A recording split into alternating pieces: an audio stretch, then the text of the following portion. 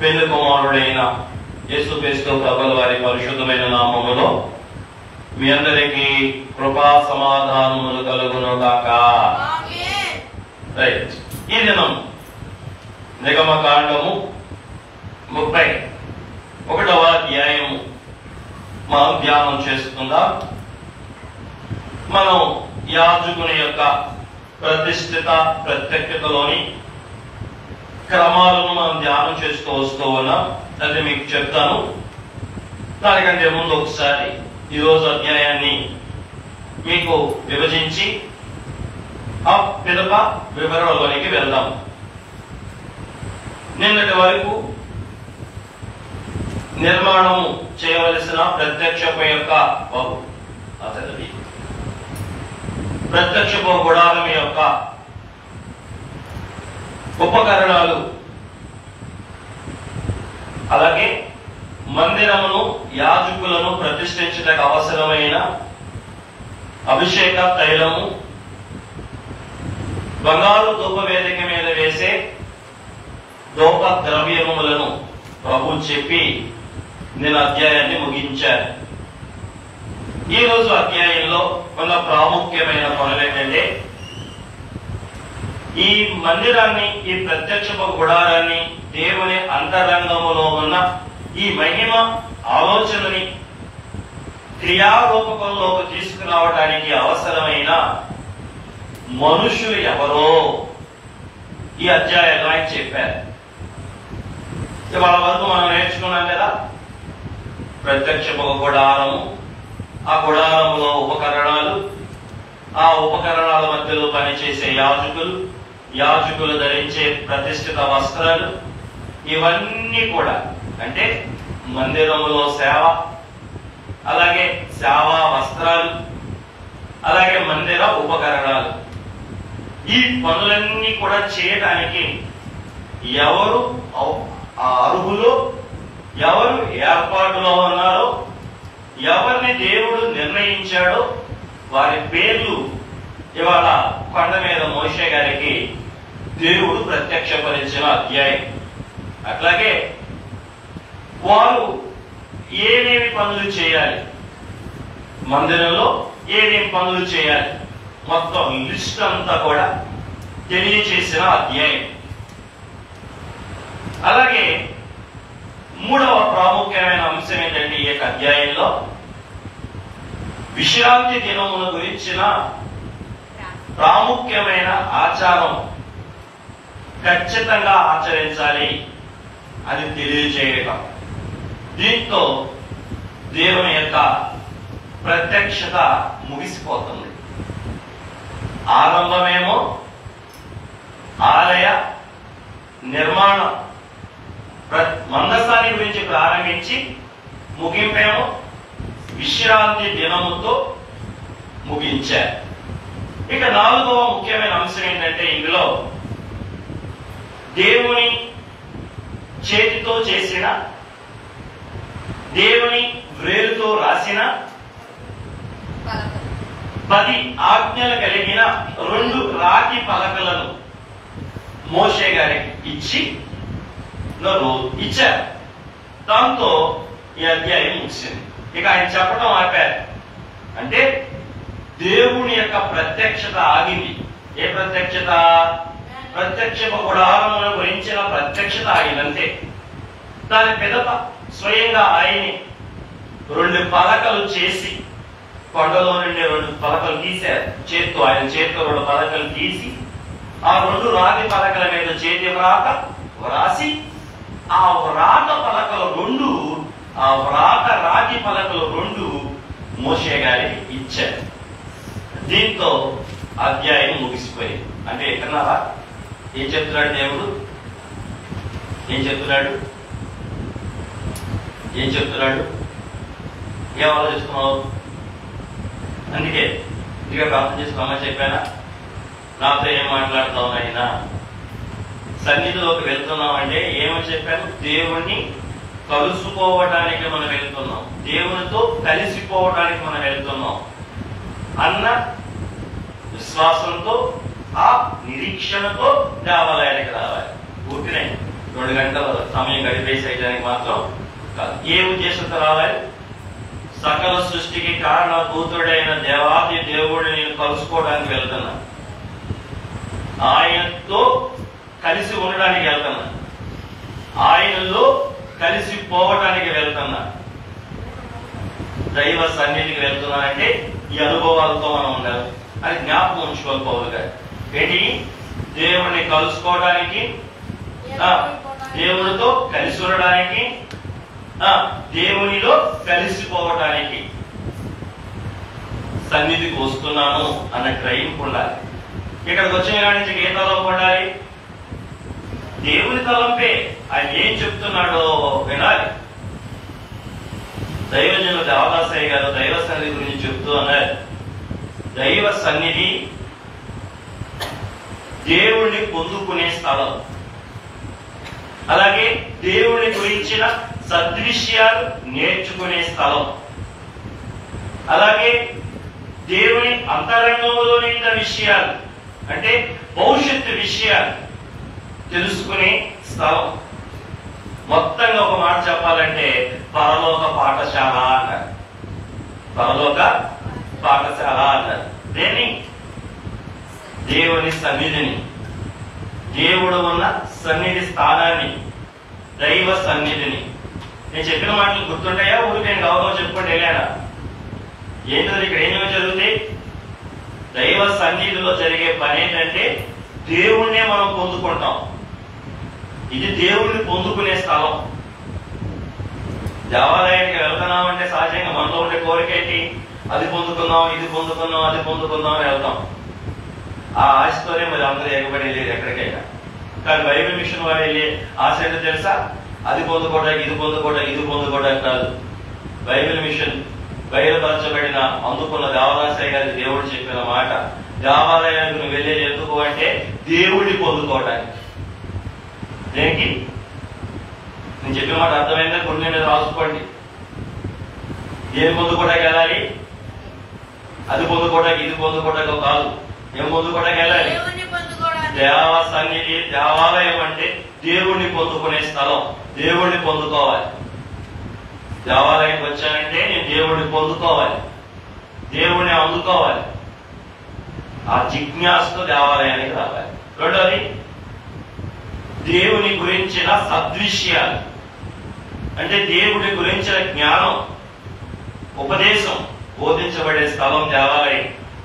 మూడోది, దేవుని అంతరంగం విప్పి బయలుపరచబడే స్థలం దేవాలయం, దైవ సన్నిధి. అందుకే దీని మొత్తానికి ఏ పేరు పెట్టారు అయ్య గారు? పరలోక పాఠశాల. బడి, గుడి, తండ్రి ఒడి. ఏంటిది? గుడి, నేర్చుకునే బడి, ఆదరణ పొందే ఒడి దేవాలయం. కాబట్టి ఈ మూడు ఇక్కడ ఉంటాయి. కాబట్టి మనం ఇక్కడికి వచ్చిన కానీ ఏం చేయాలి? గుడిలో ఆరాధించినట్టు, బడిలో నేర్చుకున్నట్టు, ఒడిలో ఆనందించేటట్టు, తల్లి ఒడిలో బిడ్డ ఆనందిస్తాడు, ఆనందించేటట్టు దేవాలయంలో మనం ఉండాలి. అర్థమైందా? అంతేగాని ఎలా ఉండకూడదు? 3 గంటల సినిమాకి వెళ్ళినట్టు ఏదో 3 గంటల సినిమా చూస్తాం, తర్వాత దాన్ని మర్చిపోతాం. అలా ఉండేది కాదు దైవ ఆరాధన, దైవ సన్నిధి సహవాసం అంటే. ఇక్కడ పొందుకుని వెళ్ళాలి. ఏమి పొందుకోకుండా వెళ్ళారనుకోండి, బ్రతుకులో మారిపోయి ఉండదు. నటనాపత్తి నాశనానికి నడుపును అన్నారు అయ్య గారు. ఎక్కడికి? నటనాపత్తి నాశనమునకు నడుపును. నామకార్థ భక్తి, నటనాపత్తి అంటే నామకార్థ భక్తి నాశనమునకు నడుపును. ఎవరికి వచ్చింది నటనాపత్తి, నామకార్థ భక్తి? వచ్చినా కానీ ఏమి దేవుడిని పొందుకోకుండా వెళ్ళిపోతే వచ్చేది నటనాభక్తే, నాశన భక్తి. కాబట్టి ఇక్కడ చెప్పబడుతున్న ప్రతిదీ కూడా మనం పొందుకోవాలి, అందుకోవాలి, నేర్చుకోవాలి, అవి నమ్మాలి. సరేనా? ఇదే చెప్పండి పరలోక పాఠశాల. అరణ్యంలో ఇజ్రాయేల్ని పెట్టి దేవుడు వారికి నేర్పించాడు. మోషేని కొండ మీద పెట్టి దేవుడు 40 రోజులు నేర్పించాడు. మనల్ని కూడా 40 రోజులు దేవాలయానికి తెచ్చి ఏం చేస్తున్నాడు? నేర్పిస్తున్నాడు. నేర్చుకోవాలి. బాగుపడాలంటే నేర్చుకోవాలి. కష్టాలు నష్టాలు పోవాలంటే దేవుడి దగ్గర నేర్చుకోవాలి. నేర్చుకోలేదనుకోండి వాటిలోంచి బయటపడే జ్ఞానం మనకు రాదు. జ్ఞానం లేకపోతే నా ప్రజలు జ్ఞానం లేక నశించిపోతున్నారు అన్నాడు హోషేయను. జ్ఞానం లేక నశించిపోతాం. రేపు మన నాశనం అయిపోవడానికి కారణం ఏంటంటే జ్ఞానం లేకపోవడానికి. అందుకే దేవుడు జ్ఞానం ఇవ్వడానికే ఈ చక్కటి దైవ సన్నిధి ధ్యానాలు ఏర్పాటు చేశాడు. మరి దీనికి మనం ఏకీభవించద్దా? ఏకీభవించద్దా? రైట్. దేవుడికి స్తోత్రం. రండి వినండి. 4 విషయాలు మనం చెప్పుకున్నాం. నేను ఇప్పుడు విభజన కూడా చెప్తా. మొదటి వచనం నుండి 6వ వచనం వరకు ప్రభువు చేత పిలవబడిన పనివారు. ప్రభువు చేత పిలవబడిన పనివారు. అహోలియాబు, బెసలేలు జ్ఞానం కలిగిన వారు. 2 7వ వచనం నుండి 11వ వచనం వరకు పనివారు చేయవలసిన పనుల గురించి వ్రాయబడింది. పిలవబడిన పనివారు చేయవలసిన పనులు. ఏమేమి పనులు చేయాలి? ఈ 7వ వచనం నుండి 11వ వచనం వరకు వ్రాయబడింది. 3 12వ వచనం నుండి 17వ వచనం వరకు పరిశుద్ధ విశ్రాంతి దిన ఆచారం గురించి చెప్పబడింది. పరిశుద్ధ దిన ఆచారం అంటే విశ్రాంతి దినం గురించి, సబ్బాతు గురించి చెప్పబడింది. పరిశుద్ధ విశ్రాంతి దినాచారము, పరిశుద్ధ విశ్రాంతి దినాచారము చెప్పబడింది. 18వ వచనం ఏం చదువుతున్నావా? రైట్, వచ్చింది. రైట్. 18వ వచనంలో ప్రభువు వేలి వ్రాత కలిగిన పలకల గురించి వ్రాయబడింది. ప్రభు యొక్క వేలి వ్రాత కలిగిన వ్రాతి పలకల గురించి వ్రాయబడింది. ప్రభు వేలి రాత కలిగిన వ్రాత పలకల గురించి వ్రాయబడింది. రైట్. ఇది ఈ అధ్యాయం అయిపోయిందా?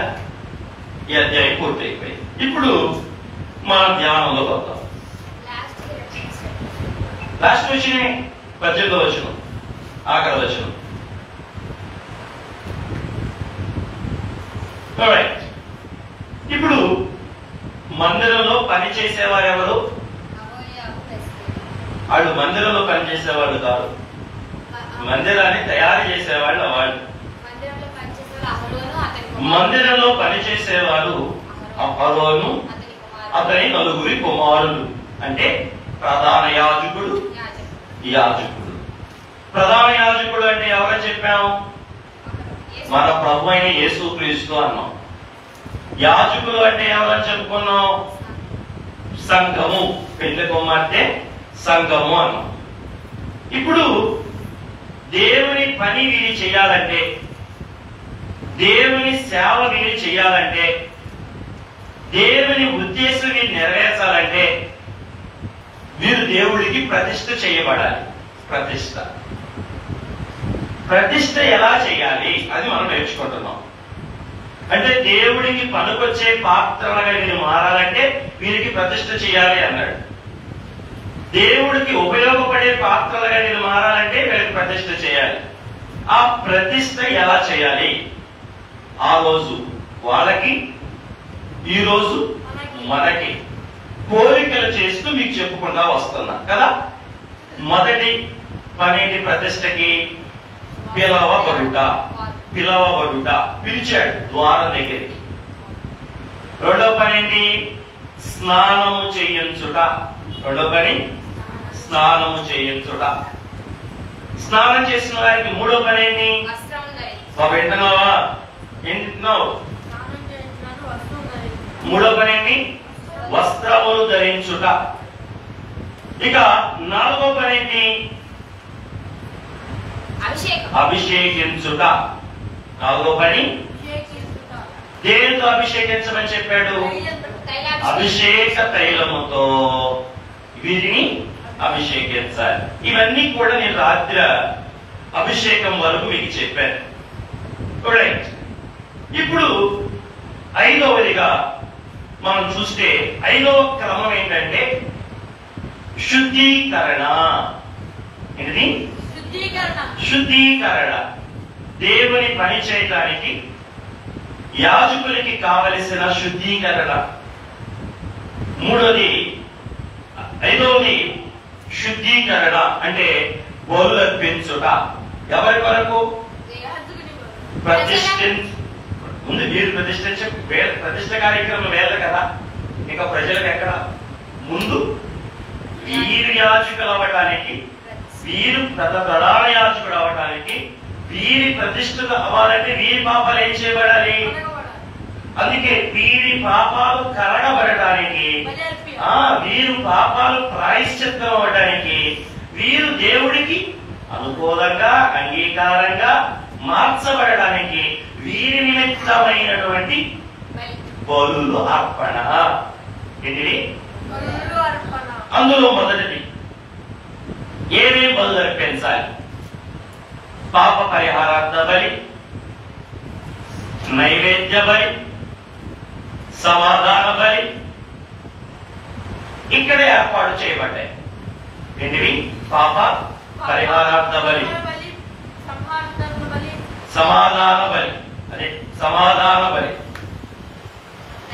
నైవేద్య బలి, ఇంకొకటి దహన బలి. దహన బలి అంటే పాప పరిహారార్థ బలి అంటే సమాధాన బలి. మానవుడికి దేవుడికి మధ్యలో సమాధానం కావాలి. ఆ సమాధానం అవసరానికి ఆ సమాధానం ఎప్పుడు వచ్చిందంటే పాపం పోయినప్పుడు వచ్చింది. పాపం పోతే దేవుడికి మానవుడికి మధ్య ఏమొచ్చింది? 2000 సంవత్సరాల క్రితం కూడా దేవుడు మనందరికి మధ్యకి సమాధానకర్తగా వచ్చాడు. అందుకే మన కొరకు శిలువలో మన పాపాన్ని పరిహారం చేసి మన దేవుడితో సమాధానం ఫలించాడు. రైట్. ఇప్పుడు బలుల గురించి నేర్చుకుందాం. ఏ బలులు అర్పించాలి? ఈ బలులన్నీ కూడా ఎవరు చూపిస్తూ ఉన్నాయి? మన కొరకు బలి అయిన క్రీస్తు ప్రభువు వారిని చూపిస్తూ ఉన్నాయి. దేవుడికి మహిమ కలుగునుగా. మొదటి బలి నిర్గమకాండం 29వ అధ్యాయం 10వ వచనం నుండి 14వ వచనం వరకు చెప్పబడింది. నిర్గమకాండం 29వ అధ్యాయం 10వ వచనం నుండి 28వ అధ్యాయం 28 యాజకుల గురించి చెప్పబడిన అధ్యాయం 28 కదా. ఒకసారి చూడొచ్చు సార్. 28వ అధ్యాయం 10వ వచనం నుండి 14వ వచనం వరకు చెప్పబడింది.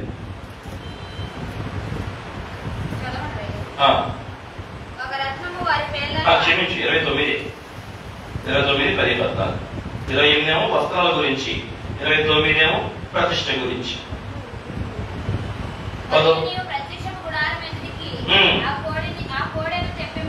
అది చూడండి, నేను చెప్పేస్తా ఒక్కొక్కటి. కోడెను తీసుకురావాలి. ముందు చెప్పా, ముందే మనం చెప్పుకున్నాం. బలికి ఏమి కావాలి? 2 ఒక కోడెని, 2 పొట్టేళ్లని, పొంగని రొట్టెలను, అప్పములను, భక్షములను ఇవి మనం తీసుకురావాలని చెప్పాం. అందులో మొదటిది కోడె దూడ. ఆ కోడెని తెచ్చి ఏం చేయాలగా? చేతులు ఉంచుట. ఏం చేయాలి? ఏమిటి చేతులు ఉంచడం అంటే? మీకు బాప్తిజం ఇచ్చేటప్పుడు పాదిరి గారు ఏం చేస్తారు? మీ చేతులు, ఆయన చేతులు తెచ్చి మీ మీద పెడతారు. యేసయ్యకి బాప్తిజం ఇచ్చేటప్పుడు కూడా ఏం చేశారు? ఆయన చేతుల మీద, ఆయన తల మీద చేతులు పెట్టారు. ఇక్కడ కూడా అహరోను ఏం చేయాలట? ఆ కోడి మీద చేతులు. ఏమిటి చేతులు పెట్టడం అంటే? చేతులు ఉంచడం అంటే దోషములు మోపుట.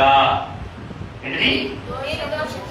వీరి దోషములు ఆ పశువు మీదకు మోపుట. అంటే బదిలీ చేయుట, ట్రాన్స్ఫర్ చేయుట. ఏం చేయుట? దేని ద్వారా? అలాగే యేసు ప్రభు వారికి బాప్తిజం ఇచ్చేటప్పుడు యోహాను చేతుల నుంచి బాప్తిజం ఇవ్వడం వల్ల కూడా ఏం జరిగింది? సర్వమానవాళి పాపములే దేవుని గొర్రెపిల్లైన క్రీస్తు వారి మీదకి ఏమయ్యాయి?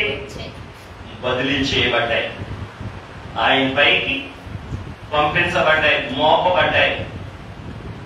అంటే ప్రభువులు వారు ఇప్పుడు ఏం చేయబడుతున్నారు? పాపితో సంయుక్తపరచబడుతున్నారు. ఏమి లేనప్పటికీ, పాపము లేని వాడప్పటికీ. ఇక్కడ ఈ కోడి కూడా ఏం చేయబడుతుంది? అది ఏ పాపము? ఎరగని జీవి, ఏ పాపము తెలియని జీవి. ఎవరికి సూచనగా ఉంది? యేసు ప్రభుల వారికి సూచనగా ఉంది.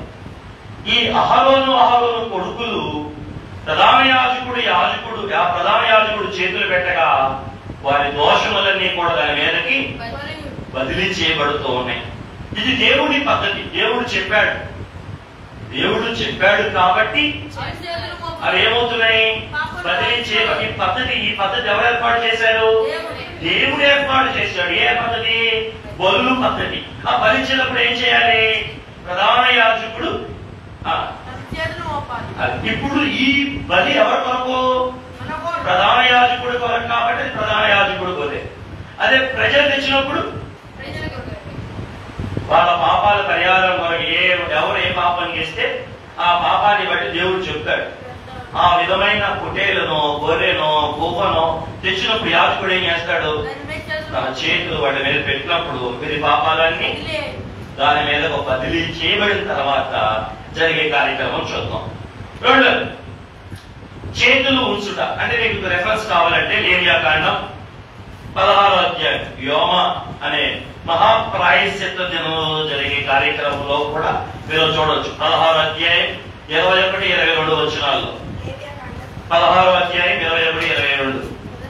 ఇంకొకళ్ళు యెషయా 53, 5 చేయండి. అప్పుడు అహరోను ఆ మేక తల మీద తన 2 చేతులుంచి ఇశ్రాయేలు పాపములని అనగా వారి దోషములని వారి అతిక్రమములని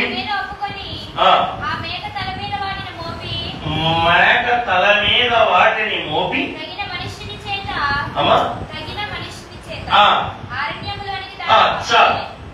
ఇది ఎవరి కొరకు చేయబడుతుంది?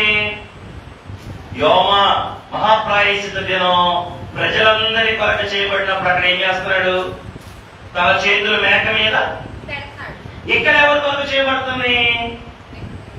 నిర్గమకాండంలో ఆయన కొరకు, యాజకుని కొరకు చేయబడతావు. 16వ అధ్యాయంలో సమాజం కొరకు చేయబడతావు. యోహాను సువార్తలో యోహాను గారు ఏమంటారు? లోక పాపమును మోసుకొనిపోవు దేవుని గొర్రె పిల్లలైన ఓ క్రీస్తు. అంటే ఆయన ఏం చేయబడ్డాయి? లోక పాపాలని. అందుకే యెషయా గ్రంథం 53:5 ఏమంటాడు? మన అతిక్రమ క్రియలను బట్టి అతను గాయపరచబడేను, మన దోషములను బట్టి అతను నలగొట్టబడేను, మన సమాధానార్థమైన శిక్ష మీద పడేను, అతడు పొందిన దెబ్బల చేత మనకు స్వస్థత. అంటే మన దోషాలు, మన అతిక్రమాలు, మన రోగాలు, మన జబ్బులు అన్నీ కూడా ఎవరి మీద వేయబడ్డాయి? యేసుక్రీస్తు ప్రభు వారి మీదకు మోపబడ్డాయి. ఎక్కడ?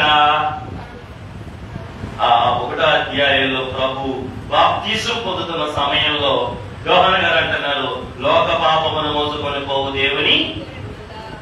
అందుకే మనందరం కూడా ఏమవుతున్నాం ఈ రోజు? దేవునికి మన మీద పాపం లేదు కాబట్టి, మోసుకుని వెళ్ళిన ఆయన మీద విశ్వాసం ఉంచుతున్నాం కాబట్టి మన దేవుడికి పిల్లలం అవుతా ఉన్నాం.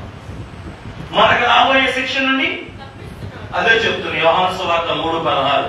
దేవుడి లోకము ఎంతో కాగా అద్వితీయ కుమారుడైన విశ్వాసం ఉంచువారు నశించక నిత్య జీవం పొందినట్లు దేవుడు ఆయన మనకు.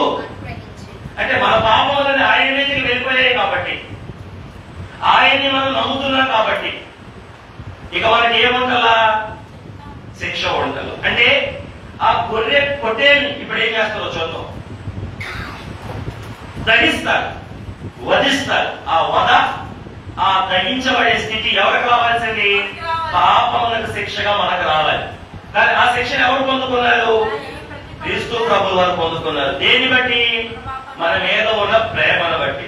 ఈ రోజు ఆయన నమ్మితే మనకు ఉండవు. మనకేముంటది?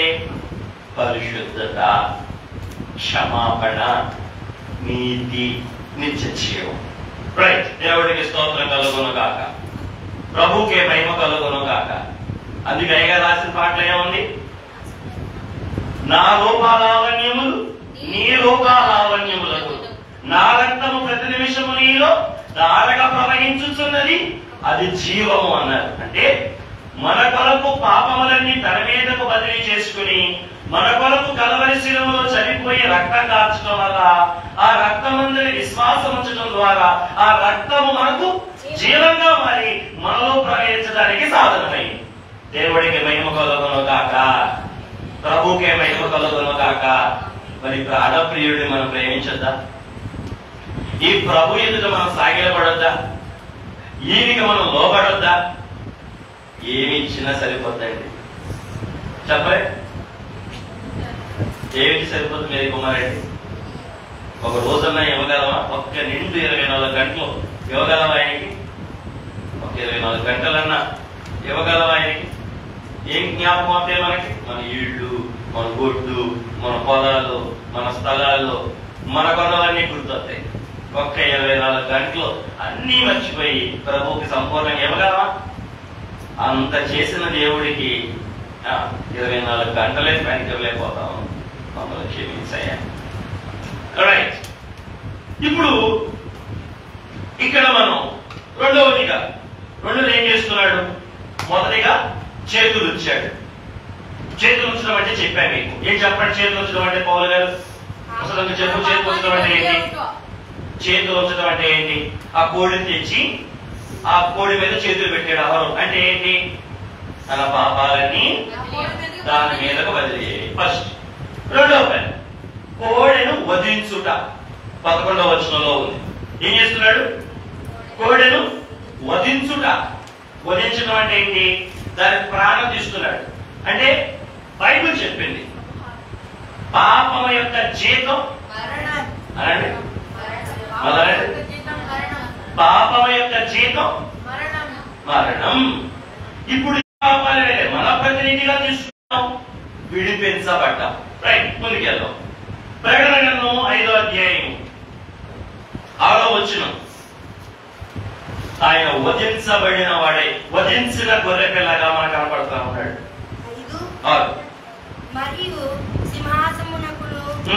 ఆయన వధించబడి ఏం చేస్తున్నాడు? మళ్ళందరినీ కూడా ఏం చేసుకున్నాడు? ఆయన సంపాదించుకున్నాడు. సంపాదించి ఎవరికి ఇచ్చాడట? నా దేవుడికి ఇచ్చాడు అని రాయబడింది అక్కడ. దేవుడికి మహిమ కలుగును గాక. రెండో పని ఏంటి? వధించుట. క్రీస్తు ప్రభువు వారు కూడా మన వరకు ఏం చేయబడ్డారు? రైట్. ఇందులో మనకి ఏం కనపడుతుంది? క్రీస్తు ప్రభువులో ఉన్న పరిపూర్ణమైన దీనత్వము. ఏంటి? పరిపూర్ణమైన వదకు బొచ్చు కత్తిరించు అని ఎదుట గొర్రెవలే ఆయన వదకు తేబడిన గొర్రెగా ఎలా ఉన్నాడు? మౌనంగా ఉన్నాడు. ఏమిటా మౌనం? పరిపూర్ణమైన దీనత్వం. వధించేటప్పుడు ఇస్సాకు గారు కూడా ఎలా ఉన్నారు? పరిపూర్ణమైన మౌనాన్ని కనబరిచాడు ఆ మోరియా కొండ మీద. ఈ కల్వరి కొండ మీద కూడా యేసు ప్రభువు వారు కూడా ఏం కనబరుస్తున్నారు? పరిపూర్ణమైన దీనత్వం. ఆ దీనత్వాన్ని బట్టే, ఆ దీనత్వం ముందు విశ్వాసం ఉంచడాన్ని బట్టే ఈరోజు మనకేం కలుగుతుంది? నిత్య జీవం. ఆయనకు మరణం, మనకు జీవం. అందుకే రోమపత్రిక 8వ అధ్యాయం 1వ వచనంలో ఉంది, క్రీస్తు యేసునందు ఉన్న వారికి ఏ శిక్ష విని. ఎందుకంటే శిక్ష అంతా ఎవరు పొందుకున్నారు? ఆయన వధించబడ్డాడు. ఓకేనా? మనకేమో రక్ష, ఆయనకేమో. అందుకే ఆయన మనం ఏం చేయాలి? మనస వాచ కర్మణ ఎప్పుడు ఆయనకి లోబడి. అయ్యగారు అన్నారు, నా మాటలు మీరు లోపలకు పోనివ్వట్లేదు, నా మాటలు కొద్దిగా మీ లోపలకు పోనివ్వండి, ఇప్పుడు చెప్పే మాట కూడా లోపలకు పోనివ్వండి. ఇంత చేసిన దేవుణ్ణి, ఇంత ప్రాణం పెట్టిన దేవుణ్ణి, ఈ విధంగా మన కొరకు వధించబడిన దేవుణ్ణి మర్చిపోవచ్చా? ఆ దేవుడు తలంపు లేకుండా బ్రతకొచ్చా? అయ్యగారు అన్నారు, దేవుని తలంపు లేకుండా బ్రతకటమే పాపము. గుళ్ళు మీద రాసుకోవాలి మాట. ఏమన్నాడు అయ్యగారు? దేవుడు తలంపు లేకపోవటమే పాపం. ఎందుకు అనాల్సి వచ్చింది అయ్యగారు అంత పెద్ద మాట? ఇంత పెద్ద త్యాగం, ఇంత పెద్ద కార్యం ఎవరి కోసం చేశాడు? ఆయన కోసమే చేశాడు. మన పాపము తన పైకి వేపించుకున్నాడు, మన కొరకు వధించబడ్డాడు, మనకు శిక్ష లేకుండా చేస్తూ ఉన్నాడు, మన పాప క్షమాపణ ఇచ్చాడు. ఇటువంటి ఆయన్ని మనం అసలు మర్చిపోవచ్చా? ఏ క్షణం కూడా, ఏ సెకండ్ కూడా ఈ ప్రియుణ్ణి, ఈ ప్రాణ ప్రియుణ్ణి మనం మర్చిపోకూడదు. ఈయన్ని మర్చిపోయిన మరుక్షణం ఏ క్షణం? అది పాప క్షణం. కాబట్టి బైబిల్ మిషన్ బిడ్డలమైన మనం దేవుని తలంపు లేని క్షణం లేకుండా దేవుడు మనల్ని దీవించను గాక. నిత్య సన్నిధి పరులుగా దేవుడు మనలను దీవించును గాక. రైట్. ఇక మూడవ పని, వధించగానే ఏమొచ్చింది? రక్తం వచ్చింది. ఈ రక్తాన్ని గిన్నెలో పట్టి, ఆ గిన్నెలో పట్టిన రక్తాన్ని ఏం చేశారట? ఒకటి బలిపీఠం మీద ప్రోక్షించారు. ఏం చేశారు? బలిపీఠం మీద ప్రోక్షించారు. ఏ బలిపీఠం? ఇత్తడి బలిపీఠం. ఆవరణంలో ఉంది చూసారా ఇత్తడి బలిపీఠం? ఆ రక్తం ఏం చేసింది? ఆ రక్తంతో ఏం చేశారు? ఆ ఇత్తడి బలిపీఠం మీద ప్రోక్షించారు. ఇత్తడి బలిపీఠం దేని గుర్తుగా ఉంది? యేసు ప్రభువు వారి సిలువకు గుర్తుగా ఉంది. బలిపీఠంని ఎలా రక్తంతో తడిపారో యేసు ప్రభువు వారు కూడా సిలువ మీద ఆయన రక్తంతో ఏం చేశాడు? ఆయా బలిపీఠం, సిలువ బలిపీఠం అంతా ఏమైంది? రక్తంతో తడిసిపోయింది. కల్వరి సిలువలో ప్రాణప్రియుని రక్త దారంతో సిలువ ఏమైంది? చెప్పే అయ్యగారు రాశారు, పౌలు గారు కూడా చెప్పారు, రక్తము ప్రోక్షించబడకుండా ప్రాయశ్చిత్తం కలగదు. అంటే పాపము పరిహారం అవ్వాలంటే రక్తము ప్రోక్షించబడాలి. కాబట్టి అదే ఏ రక్తం? ఇక్కడ కోడె రక్తం. మన విషయంలో ఏ రక్తం? యేసుక్రీస్తు ప్రభు అనే దేవుని యొక్క రక్తం. అక్కడ ఆ రక్తం ఏం చేయబడింది? బలిపీఠము కొమ్ముల మీద ప్రోక్షించబడింది. ఇక్కడ యేసు ప్రభులో రక్తం ఏం చేయబడింది? చెప్పే ఏం చేయబడింది? సిలువ బలిపీఠము మీద ప్రోక్షించబడింది. అయ్యా, ఎవరి కోసం ఈ త్యాగం? ఎవరి కోసం ఈ రక్తార్పణం? మన పాప క్షమాపణ కోసం కొంచెం రక్తం కూడా ఆయన ఉంచుకోకుండా వదిలేరు. ప్రతి బొట్టు నిన్నే తలంచుకొని, నీ తలంపే పెట్టుకుని రక్తమంతా ఆ సిలువ బలిపీఠం మీద ఒలికించేశాడు. యజ్ఞమైపోయాడు, తార పోసేశాడు. ఎవరి తలంపు కలిగి? నీ తలంపే. అక్కడ నిన్నే ఆలోచించుకున్నాడు. అందుకే అయ్యగారు అన్నారు, నువ్వు కూడా ఆయన తలంపే కలిగి ఉండాలి.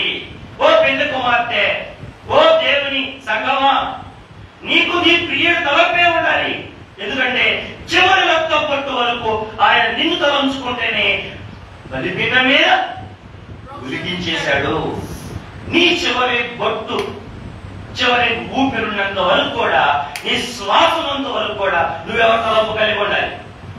ఆయన తలంపే కలిగి ఉండాలి. ఎవరి తలంపు వచ్చినట్టే? ఆయన తలంపే కలిగి ఉండాలి. అదే మనకు న్యాయం, అదే మనకు హితం, అదే మనకు ధర్మం, అదే మన వ్రతంగా పెట్టుకోవాలి. దేవుని తలంపు మనకుండే. మూడవ పని. ఇక నాలుగవ పని, చేయబడిన నాలుగవ పని ఏంటంటే క్రొవ్వుని దహించుట. ఏంటి కొవ్వు అంటే? చర్మాన్ని వలిచి మాంసాన్ని ముక్కలు ముక్కలుగా చేసి ఆ మాంసములో ఉన్న కొవ్వుని, కొవ్వు అనగా శ్రేష్టమైనది, కొవ్వు అనగా శ్రేష్టమైనది. మనలో శ్రేష్టమైనది చెప్పండి. కొవ్వేనా? అయ్యగారు ఒక పాట రాశారు. జీవనాథ జీవరాజ జీవనాథ జీవరాజ అంటే దేవుడు శ్రేష్టమైనది మనకు దానం చేశాడంట. ఏంటో శ్రేష్టమైనది? ఆత్మ. ఏంటి? దేవుడు మనకి ఇచ్చిన ఆత్మ శ్రేష్టమైనది. మహిమ దేహం శ్రేష్టమైనది. ఆల్రెడీ మహిమ దేహాన్ని పోగొట్టుకున్నాం. దేవుడు ఇచ్చిన మహిమ దేహాన్ని, దైవాత్మను మనం పోగొట్టుకున్నాం. కాబట్టి దేవుడిచ్చిన ఈ శ్రేష్టమైనది, పశువులో శ్రేష్టమైనది కొవ్వు. తండ్రి శిలువ మీద యేసు ప్రభువు వారి యొక్క శ్రేష్టమైనది ఏమనుకున్నాం? ఆత్మ. ఆయన ఆత్మ కూడా శిలువలో ఏం జరుగుతుంది? దహించబడుతుంది.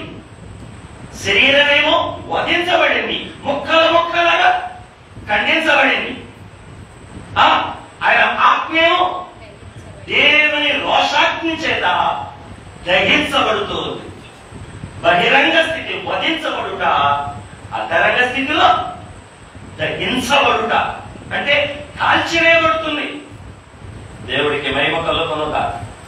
మీకు తెలుసా? బలిపీఠం మీదేమో ఒలిపొట్టెల్ని వధిస్తారు. ఆ తర్వాత దుకాణాల్లోనేమో దాన్ని వేలాడదీస్తారు. వేలాడదీస్తారా?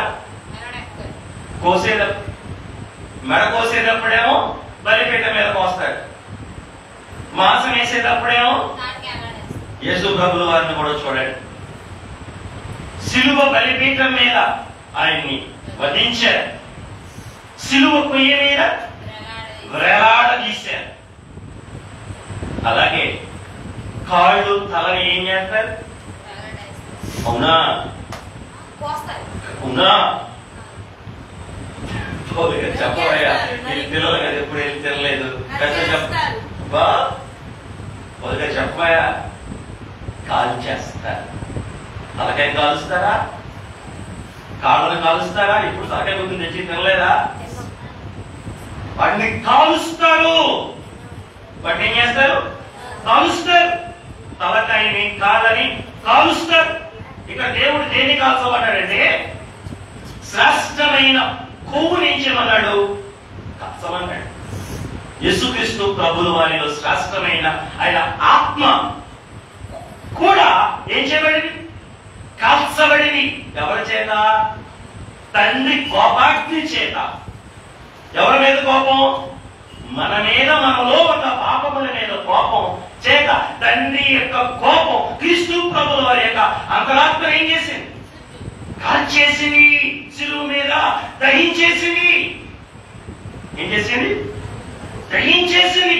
దేవుని రోషాగ్ని, పరిశుద్ధాగ్ని క్రీస్తు పాపిగా మన కొరకు మార్చబడటం వల్ల ఆయన ఆత్మను శిలువలో బలిపీఠం మీద ఏం చేయబడ్డాయి? కాల్చివేయబడ్డాయి.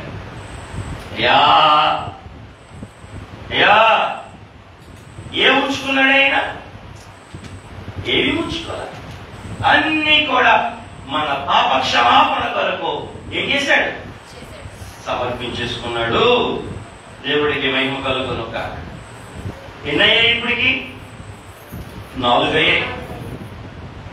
మరి మనం కూడా నా ప్రాణప్రియుడు నా కొరకు తన ఆత్మను సైతం శ్రమాగ్నికి అప్పగించుకోగాలేంది. నేను సుఖపడటానికి, సంతోషంగా ఉండటానికి, జీవంతో ఉండటానికి నా ఆత్మని ఆయనకి అప్పగించుకోవద్దా? ప్రశ్న వేసుకోండి ప్రియులు. ఆయనేమో కాల్చివేయబడడానికి అప్పగించుకున్నాడు, నువ్వేమో సుఖంగా ఉండటానికి, ఆనందంగా ఉండటానికి, జీవం కలిగి ఉండడానికి నీ ప్రాణాత్మ దేహాలను ఆయన అప్పచెప్పుకోవద్దా? అంకులు, నీ క్షేమం కొరకు అగ్ని చేత కాల్చబడుతున్న ప్రాణప్రియుని చూసైనా మీ ప్రాణాత్మ దేహాలను అప్పగించుకోరా? ఆలోచన చేయండి. ఇక 5వదిగా మీరు చూస్తే 14వ వచనంలో వ్రాయబడింది, అగ్నిలో కాల్చివేయాలి వేటిని? మాంసాన్ని, చర్మమును, పేడను, పాడము వెలుపుట కాల్చవలెను. మాంసాన్ని, చర్మాన్ని, పేడను ఏం చేయాలంట?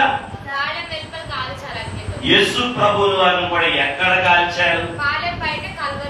ఊరు పాప పరిహారం కొరకు ప్రధాన యాజకుడిగా పరిశుద్ధపరచబడి ప్రత్యేకించబడి దేవుని పనిముట్టుగా తీర్చిదిద్దబడడానికి యేసయ్య కూడా దేవునికి పనికొచ్చే వారిగా, దేవుని పిల్లలుగా, దేవుని యాజకులుగా, దేవుని సేవకులుగా, దేవుని రాజ్యాన్ని కట్టే సైనికులుగా మనల్ని కూడా మార్చడానికి దేవుని పరలోక పౌరులుగా ఏం చెప్పాడు?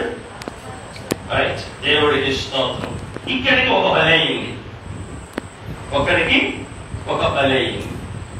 రెండవ బలి దహన బలి. దీంట్లో కలిపి చేస్తారు. రెండవది దహన బలి.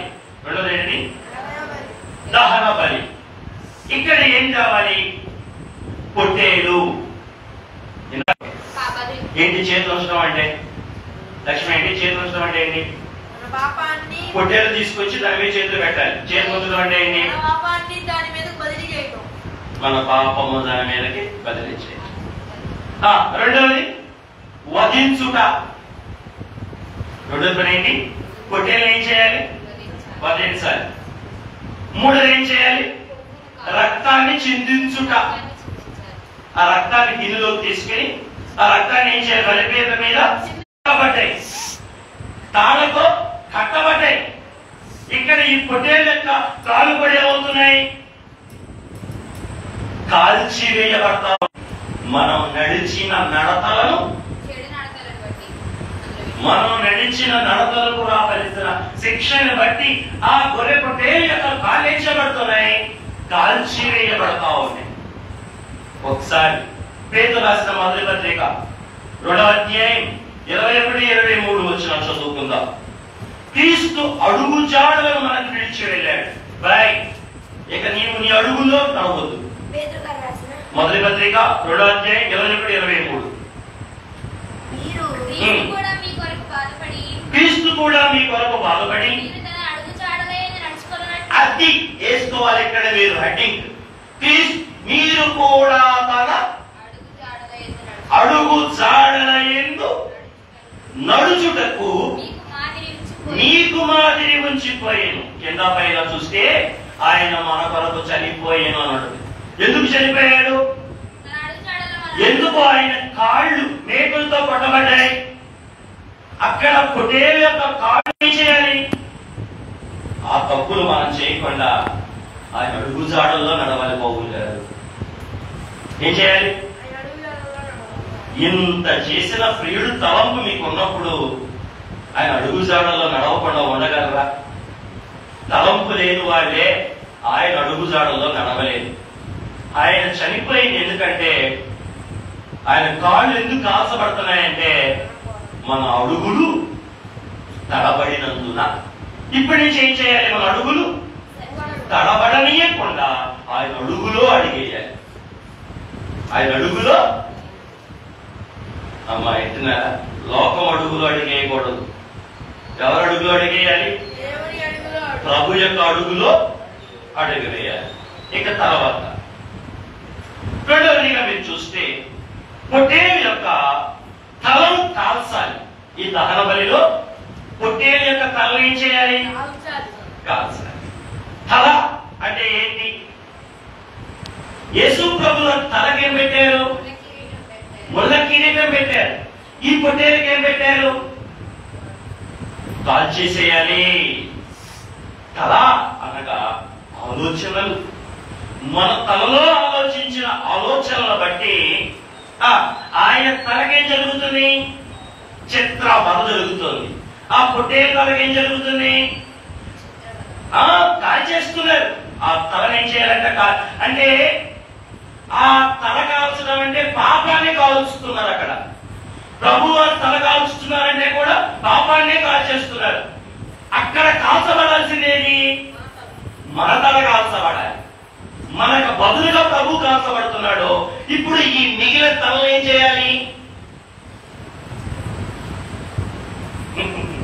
ఈ తలను ఏం చేయాలి? ఈ తలను ఏం చేయాలి? మనకు తలగా అంటే శిరస్సుగా ఉన్న ప్రభుకి అందించేయాలి. ఇందాక చెప్పామే, ఆయన తలంపే ఈ తలలో, ఆయన తలంపులే ఈ తలలోకి చెప్పే. సమయం అయిపోతుంది, వాళ్ళు పూర్తి చేయకపోతే కొత్త. ఆయన తల ఏమైంది? పెట్టబడి. ఇప్పుడు మన తల ఏమవ్వాలి? ఆయనకి అంటించుకోవాలి. ఇప్పుడు ఆయనే మన తల అవ్వాలి. అంటే మన తల ఏమవ్వాలి? శిరస్సు, సిలువ కొట్టుకొని మన శిరస్సు ఆయన శిరస్సుగా ఏం చేయాలి? మార్చుకోవాలి. అంటే తల అనగా ఆలోచనలు. తల అనగా మన ఆలోచనలు, చెడ్డ ఆలోచనలు కాక దైవాలోచనలు కలిగి, క్రీస్తు ఆలోచనలు కలిగి, మహిమ ఆలోచనలు కలిగి ఉండేటట్టు మన తలనే చేయాలి. పౌలు గారు దేవుడికి సమర్పించేశారు. దేవుడికి ఏం చేయాలట? కాల్చిపారారు. అంతరములు అంటే పేగులు అంటే ఈ భాగం అంతా, హృదయము, మిగిలిన భాగాలన్నీ కూడా దేవుడికి ఏం చేయాలి? సమర్పించి. అవన్నీ అక్కడ ప్రభు కాల్చివేయబడ్డాడు. అంటే మనం చేసిన తినకూడదు తినడం వల్ల పొట్టంత ఏమైంది? అపరిశుద్ధం అయింది. ఆ అపరిశుద్ధమైన శిక్ష ఎక్కడ జరుగుతుంది? ఆ బలిపీఠం మీద జరుగుతుంది. దానికి ప్రతినిధిగా ప్రభులు వారు కూడా ఏమయ్యారు? ఆయన ప్రక్కలో ఏం పొడిచారు? బల్లెపు పోటు పొడిచారు. దేని చేత? మన హృదయంలో చేసిన దురాలోచనలు బట్టి, మన పొట్టతో చేసిన తినకూడని తినడాన్ని బట్టి ఆయన కడుపుని దేవుడి అదే చెప్తే కానీ చేస్తారు. కానీ కడుపుని ఏం చేయాలి? మనం దేవుడికి సమర్పించాలి. ఈ హృదయాన్ని ఏం చేయాలి? మనం ఒక్క మాటలో చెప్పాలంటే తల మొదలుపోయి అది కాలు దాకా దేవుడికి సమర్పించాలి. ఐగా రాసిన పాట తనువు నాది ఇదిగో గైకొనుము అనే పాట ప్రకారం ఈ తలగా నుంచి అది కాలు దాకా దేవుడికి మనం అంత కొట్టేసుకోవాలి. ఏం చేయాలి? అంత కొట్టేసుకోవాలి. ఎందుకని? ఆయన మన కొరకు బలిపీఠం మీద కాల్చి వేయబడ్డాడు కాబట్టి మనం కూడా ఈ రెండుని ఏం చేసుకోవాలి? దేవుడికి అప్పగించాలి. ఇక 28-18 వచనంలో అట్లాగే మనం కూడా మన తల, మన కాళ్ళు, మన హృదయం, ఆపాద మస్తకం దేవుడికి అంటగొట్టేసుకున్నాం అనుకోండి, మన దగ్గర నుంచి వచ్చేది కూడా ఏంటి? ఇంపైన సువాసన. ఎక్కడ కొట్టుకుంటే?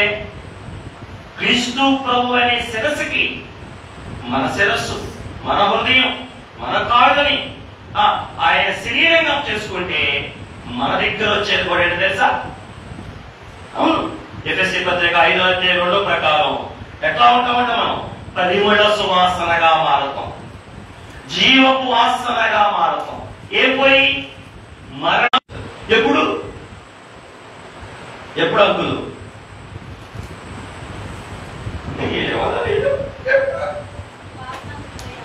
ఎప్పుడు మన తల, మన హృదయం, మన కాళ్ళు తిరిగి మనం ప్రభుకే అంటగొట్టేసుకుంటే, ఎవరికి?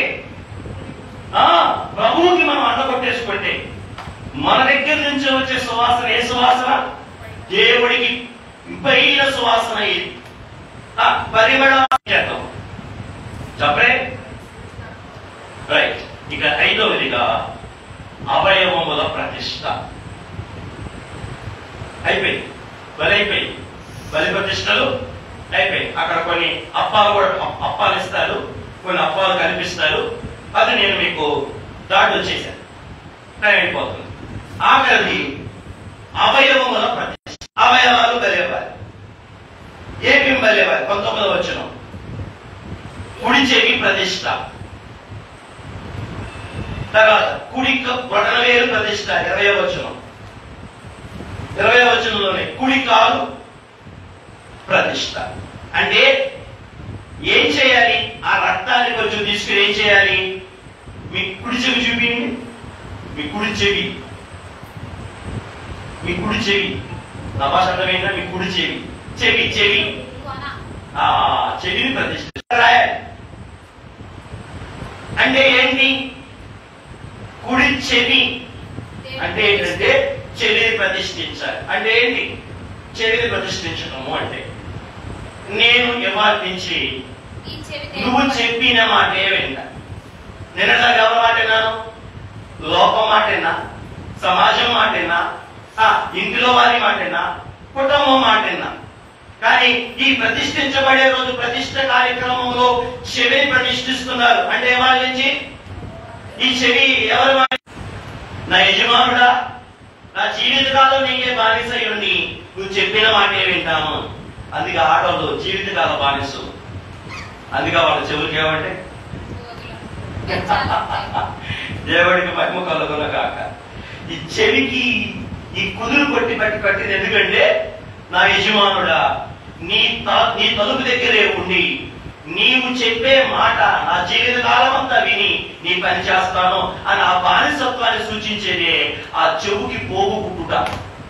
ప్రతిష్ఠ ఈ రోజు నుంచి నేను ఏం చేస్తాను? ఏదైతే విన్నానో ఆ పనే చేస్తాను. ఏంటి? ఏ పనైతే విన్నానో ఆ పనే చేస్తాను. అంటే ఈ చెవిని ఎక్కడ పెడతాను? వాళ్ళ నుంచి నీ గుండె దగ్గర పెడతాను. ఎందుకు? నీ గుండె చప్పుడు వింటానికి. దైవ సేవకుడి యొక్క పని దైవ లోకంలో ఉన్న గొంతుల దగ్గర కాదు. మన చెవి ఎక్కడ పెట్టాలి? దేవుని గుండె మీద పెట్టాలి. ఎందుకు? నీ చెవి ప్రతిష్ఠించబడుతుంది. వాళ్ళ ఈ చెవిని నా దేవుని గుండె మీద పెట్టి నా దేవుని గుండె చప్పుడు మాత్రమే వింటాను అని చెప్పే సాదృశ్యని ఆ చెవిని ప్రతిష్ఠించడం. ఏంటి? ఈ రోజు నుంచి నేను పోరాటం వింటావా? ఎవరు మాట్లాడతావు? పౌరులు మాట్లాడతావా? వెళ్ళి చూసావా? ఇంకా దేవుడికి స్తోత్రం కలుగునగా. ఇద్దరు కలిసి ప్రతిష్ఠిస్తున్నాడు. చెడు వినను. నువ్వెవరి మాట వినాలి? వాడి నుంచి నా మాటే వినాలి. నా గుండెలో ఉన్న నా చిత్తాన్ని నువ్వు తెలుసుకోవాలి. చెవితో తెలుసుకుని చేత్తో చేయాలి. ఏదైతే నువ్వు విన్నావో ఆ వినదాని ప్రకారమే నేను చేస్తాను అని కుడి చేయి బొటన వేలికి ప్రతిష్ఠ జరుగుతుంది. ఆ తర్వాత నడుస్తానయ్యా అని సూచనగా ఈ మూడింటికి ఏం చేస్తున్నారు? ప్రతిష్ఠిస్తూ ఉన్నారు. ఎక్కడ నడుస్తాను? నీ సన్నిధిలో నడుస్తాను. ఎక్కడ నడుస్తాను? నీ వెలుగులో నడుస్తాను. ఎక్కడ నడుస్తాను? నీ ముందర నడుస్తాను. దేని ఆధారం చేసుకుని? నీవు చెప్పే మాటను ఆధారం చేసుకుని నీ సన్నిధిలోనే ప్రయత్నం. అందుకే అయ్యగారు ఈ 3 మాటలు ఏమని తెలుసా? ఆయన మీతో చెప్పునది చెయ్యండి. ఆయన చెప్పింది వినాలి. ఆయన చెప్పింది చేత్తో చేయాలి, కాలుతో నడవాలి. అదే బైబిల్ విషయం. అది చేయని వాళ్ళు బైబిల్ విషయంలో కావు. ఆ అనుభవం మనకి ఇవ్వటానికి, ప్రధాన యాజకుడికి ఇవ్వటానికి అతను అవయవాలు ఏం చేస్తున్నారు? ఇక తర్వాత వస్త్రాల ప్రతిష్ట. ఎన్ని చెప్పాను చెప్పండి? వాళ్ళు ఏమేం చెప్తున్నాం? అభిషేకం తర్వాత శుద్ధీకరణ బలుల ద్వారా. 1 పాప పరిహారం, 2 దహన బలి. 2వది దహన బలి చెప్పాం. నైవేద్యం చెప్పాలి, దహన బలి. తర్వాత ఏం చెప్పుకున్నాం? అవయవముల ప్రతిష్ట. ఇక్కడతో ఆపేశాం. రేపు వస్త్రాలకు ఖర్చు